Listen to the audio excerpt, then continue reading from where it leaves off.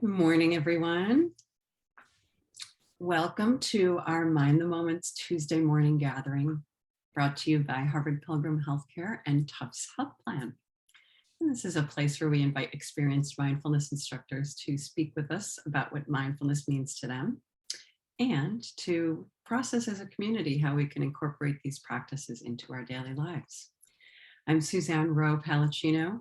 Delighted to be here this morning with Roberval Oliveira, who is a mindfulness instructor with Harvard Pilgrim Healthcare.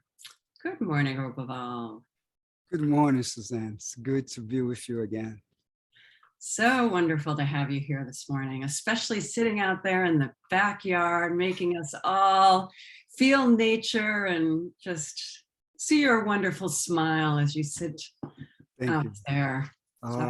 It's as I said before, it's my neurons in your neurons and feeling happy. Neurons, we feel each other's energy. Yeah, it's still summer, I feel like it's going to be cold. We know what's going to happen in a few weeks. We still have a month, at least 2 months. So that's why. So I'm here through the heat and through the cool. Today's a cool day. So yeah, I hope people try out and see if it works for them to be meditating outside. Yeah, that's a wonderful, wonderful practice. So a special welcome to anybody that's with us for the first time this morning. We're so happy to have you with us. And for all the regulars, we love to see you join. So today we'll start off with a question for the group. Roberval will pose something to, let me just see. I'm going to change the, okay. Attendees can chat with everyone. Thank you for raising your hand. It's a new thing in Zoom that I have to enable the chat. So thank you for letting me know. Hello. So Roberval will start us off with a question for the group and then lead us in guided meditation practice. And it's typically about 12 minutes. We usually wrap up our meditation around 8:52, 8:54, somewhere around there. So anybody that's joining a 9 a.m. meeting has plenty of time to join.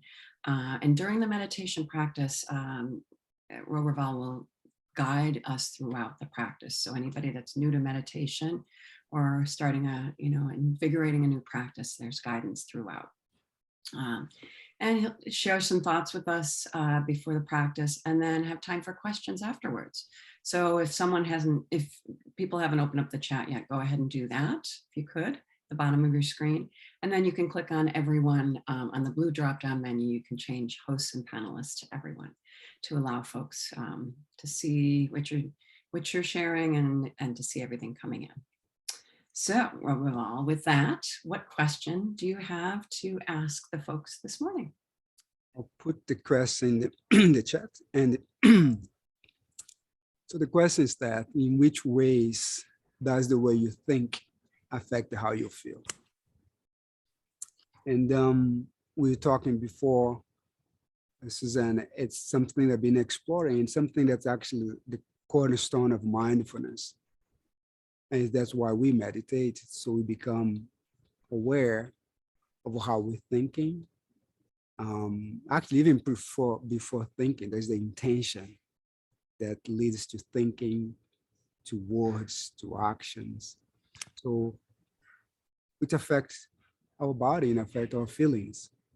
So I'm curious to know if people has thought about that. Some people know that consciously, that the way we think affects how we feel. And some of us may not know, but we're doing that either consciously or unconsciously, in my experience and from what I have been learning.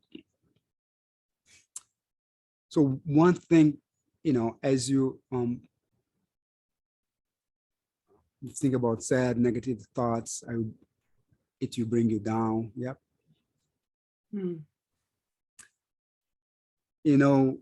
As the answers are coming in, I want to invite people a little simple exercise. How we start before starting meditation is imagine, for example, right now, the most sour thing that you can imagine. If you're typing, you can imagine the type, or you can close your eyes to a lime or something really tart and sour, and imagine that you are somebody squishing that into your mouth. It's really sour, it's really tart. You don't like it, but we imagine this into your mouth. What are the sensations on your mouth? Yeah. You can open your eyes. How was that, Suzanne? Yeah, it's constricted. My throat is tight. I'm puckering, you know? My mouth starts bothering when I do that exercise. I start Yeah. like, because lime for me is really sour and tart. So that's a simple exercise so you can see it. Of course, we know many other ways. So I want to ask you, so the meditation that you're going to be doing is exploring how the way we think as you're about to sit in meditation and throughout the meditation has an impact on the body. So by learning to see that very clearly in meditation, we can also learn to apply that to our daily life, hopefully. And of course, it doesn't happen overnight. It's a practice. Mm-hmm. But you see this connection, the way we think affect how we feel, and how can we change the way we think or letting go with patience, with over time, of unwanted, unhealthy, unproductive ways of thinking, and construct productive, helpful, beneficial, nourishing, uplifting ways of thinking. And you can train the mind to do that in my experience and in my learning. Mm. Yeah, I was just in New York City this past weekend, and there's so much to take in the city, and I was noticing there's a large community of homeless folks, and I would think about that and think about the people's lives, and be, it would really affect me in some ways, but at the same time, I also felt, giving these people, really connecting with them with my eyes and a smile can really change my mindset about someone's lives and how they might be living. So yeah, it's and then Julie's also mentioned trying to work with being more positive. And we all have that negativity bias, and that being grateful can, really shift our mindset in a lot of ways. That's right. Yeah, good points here. Yeah. And again, we have a lifelong habit, some of us, of making up things. And it's a patience process. And that's why we need to get quiet so you can see the process happening as it is happening. And you said, okay. So we have about 20 minutes. Should we switch to meditation? That's good. Okay, so so find adjust your seating, or if you're laying down, if you're standing, a comfortable way. Relaxation is really important here. So again, a position that allows you to be upright, or if you are laying down, alert and deep relaxed. And as we begin, bringing an intention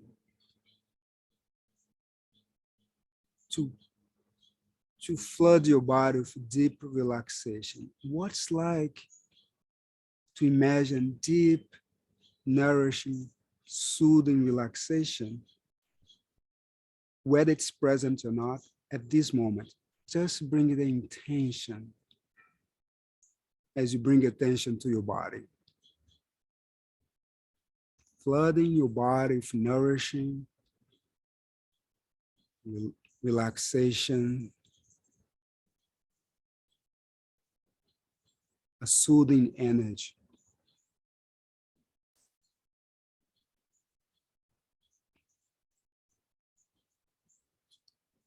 And then we go through this process. I invite you to take a very deep and long, slow, deep in breath.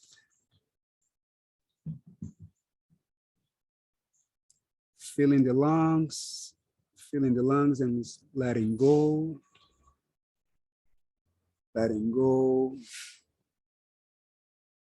relaxing, allowing. One more time, slow, deep in breath.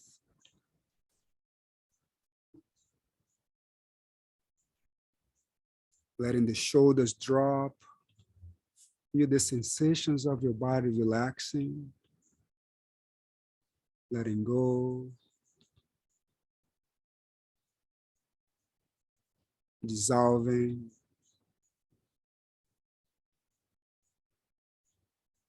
Relaxing.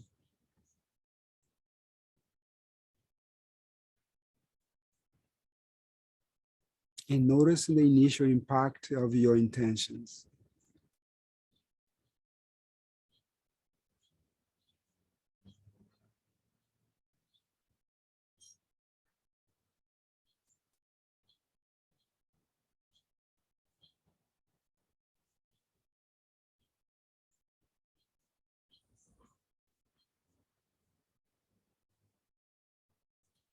And the breath has incredible potential to allow even deeper relaxation.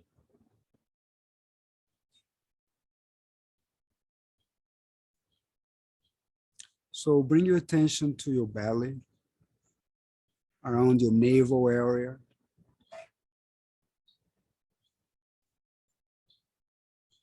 And notice if there is any movement of your breathing there. Any tension, allow it to relax.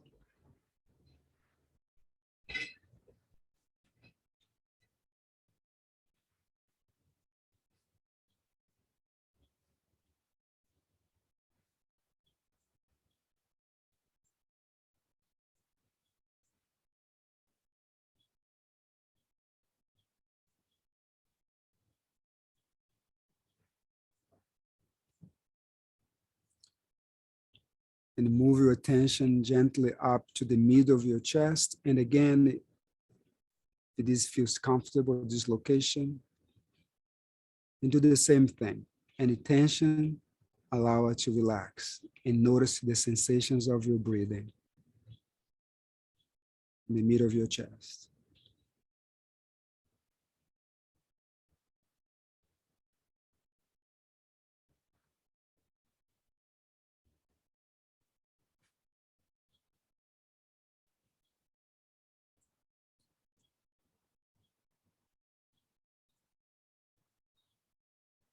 A gentle desire and intention to bring a soothing relaxation into each in-breath and each out-breath, especially the out-breath.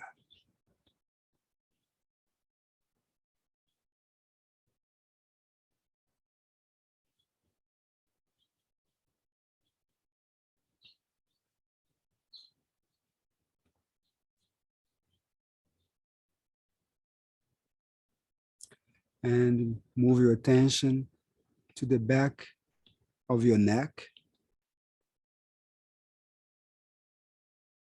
And imagine as if you're breathing through the back of your neck. And allow any tension to dissolve and the relaxation to arise.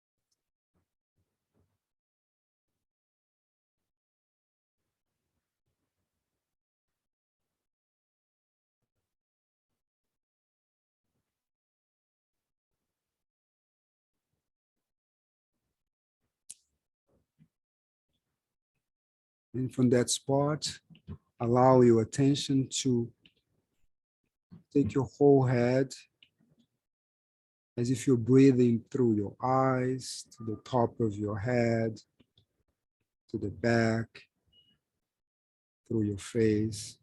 Your whole head is breathing in and breathing out, relaxation.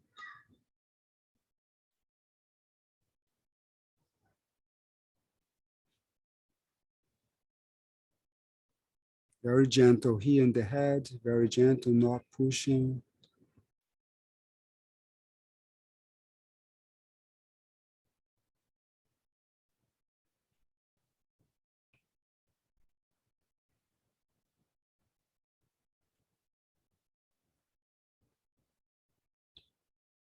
And from this place now, let it spread downwards, the sense of relaxation and awareness through your whole body. Now imagine your whole body breathing. And imagine that you're not breathing through your nose, but you're breathing to the whole, to all the pores of your whole body. Every single pore from the bottom of your feet, to your legs, to your torso, arms. The breath is coming in and out through the pore of your skin. There's no need to push or pull the breath through the nose. And imagine that you're a sponge, that you're like a sponge breathing naturally without pulling or pushing air. How does that feel? It's soothing.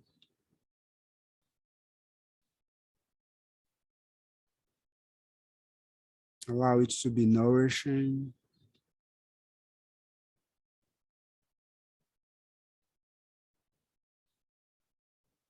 To be relaxing.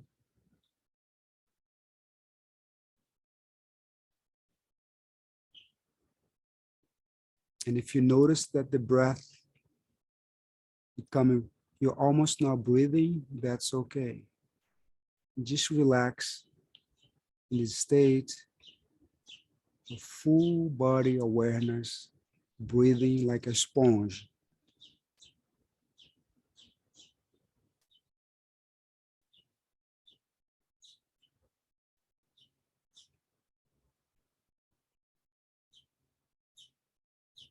Your whole body from the top of your head to your feet.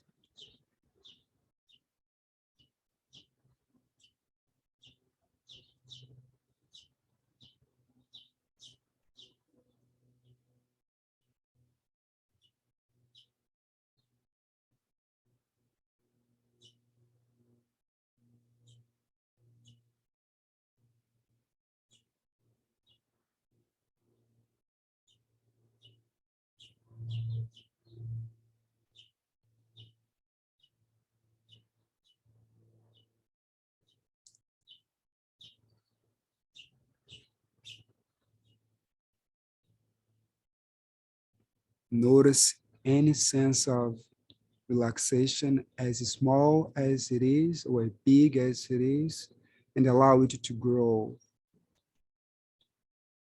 and to spread it throughout your whole body. Like a sponge breathing in and breathing out.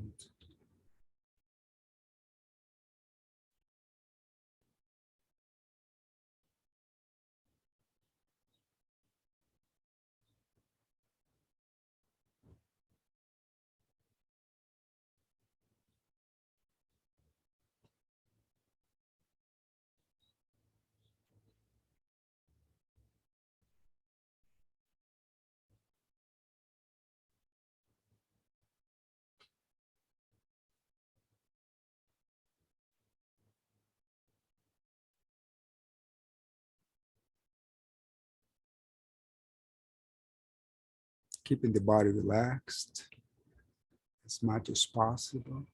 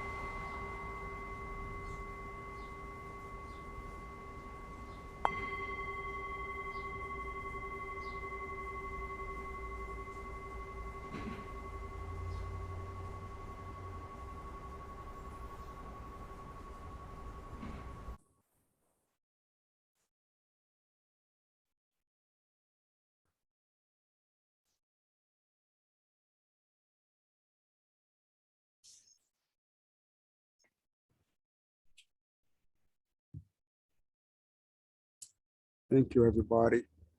I hope it was useful.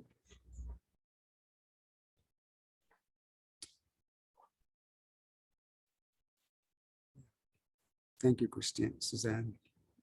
I always want to call you Christine. I have a friend called, I was Suzanne. Okay. Forgive.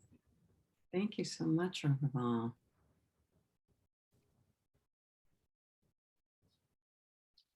It's really interesting how you use the guidance of feeling the breath through your pores. That's the first time I've ever done that, and it's a really interesting it's an interesting sensation.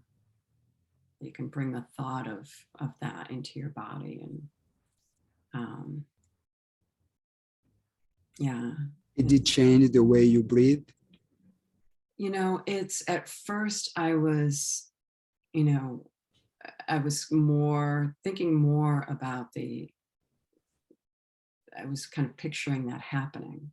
It was like a visualization. No, but it didn't change the way I breathed per se, but it felt like it was working through my entire body all at once. That's the point. Mhm. So, and that allows body awareness. For my experience, usually my breath, because when I'm focused on one location, I notice I'm pulling and pulling and more. When I change that perspective, again, the conversation, how the way we think affect how we feel. When I change my perspective, the body is breathing through every pore. I notice in my experience, they needed to be pulling and pushing and playing for the breath, diminishing the breath, almost coming to a halt because I changed the perspective. So that's the encouragement. We'll have some resource I want to be able to share. I'll be reading about the placebo effect with medicine, and they call the placebo effect. Actually, it's great research on Harvard and other places, Mass General. Mass General, I forgot the name of the hospital now. Was it Beth? But they call it placebo effect, was basically the mind effect. But because we're talking about scientists, they keep the word placebo, but basically how we feel affect everything. So there's this woman, I'm reading her book, her name is Lisa Feldman. She actually said that believing is feeling. How emotions are made, the secret of life of the brain is one book I recommend for people who like to read. It's like scientific at moments, but gets to that point, how we are involved in this process. And there's some other talks that I found, they're short, 5 minutes, 10 minutes, 90 minutes, depending how much time you have, to realize how not only we're involved in this process, but how affect our health, affect our emotion, and we can heal ourselves. But I also have to be careful because it goes the other way around too.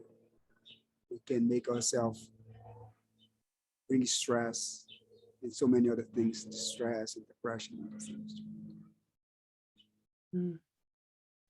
Yeah, so I've shared those in the chat. I think they're really, really accessible. These different talks are only about 20 minutes, 10 minutes, 5 minutes, but Roberval was mentioning earlier before we came on about the placebo effect, which sounds really interesting to me. I'll definitely check that out. But hopefully you can access these resources and YouTube talks to just expand your awareness about what some of the research is out there. I found a lot of, for those who likes to read instead of listening, New York Times, if you search the word placebo effect, for those of you who read the New York Times, they have serious links to additional research on it. But again, it's nothing new. Mindfulness is all about that. Mindfulness, that's why we meditate, is we're gonna be very quiet. so you can see this process of creating our experiences. We want to see that in meditation, how we intentionally can see that in meditation by the way you bring that intention and the way you bring the desire to calm the breath, calm the body, calm the emotion, and what effect it does. And you want to transfer that to our daily lives. I was doing Qigong this morning before this practice, and I envision myself like if I were like float in, in space, no gravity, float in space. And it does affect the whole experience of Qigong. It's like, so again, so some ideas. I just hope this is useful. And I'm coming to an end. Suzanne, is always a pleasure to share what I'm up to. The sponge Yeah, exercise is giving me an effect of float on a cloud. Very good exercise. Thank you. You're welcome, Karen. yeah. Thank you so much, Roberval. I think your guidance and the research that you put into before we talk is always fascinating for folks. So we're very interested in what you're doing and what you're exploring. So thank you so much for being here. We're grateful to have you. My pleasure. Thank you for having me. Yeah, and thank you for everyone joining. We'll be back here tomorrow morning as well as Thursday morning. Shanti Douglas will be here Thursday morning. So so happy to see you. And yeah, the birds were lovely. Yeah, that was a great addition to our practice this morning. So everyone be well, and we'll see you soon.